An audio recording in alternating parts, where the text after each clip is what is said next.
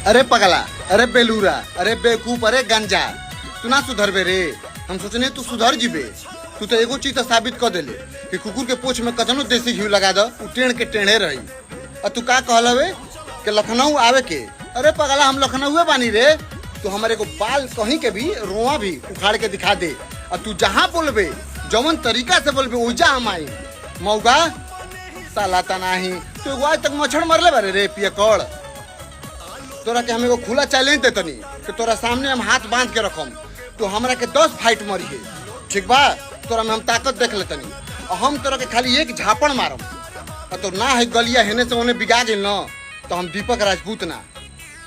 साला मौगा तनाही। अब मेहरारू के गुनी कहाँ से सिखले बारे? हाँ तू मेहरारू तो हवे, ये तो कन्फर्म बा।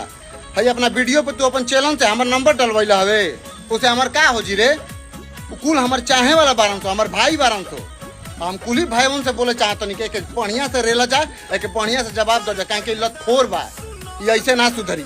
और तो हमारे गांव के नाम ले तेरे गहमर के बारे में तोरा के एगो बात बता दे चाहतनी कि लखनऊ में जितना तोर जिला के आदमी ना हो उतना तो हमारा गांव के आदमी बारन। एजा गहमर कुंज के नाम से हमारा गांव फेमस बा। मुँह तो दियन सुनो तो बहा के चल जेबे अपना जिला में। मौगा तनाई गणफट टू साला।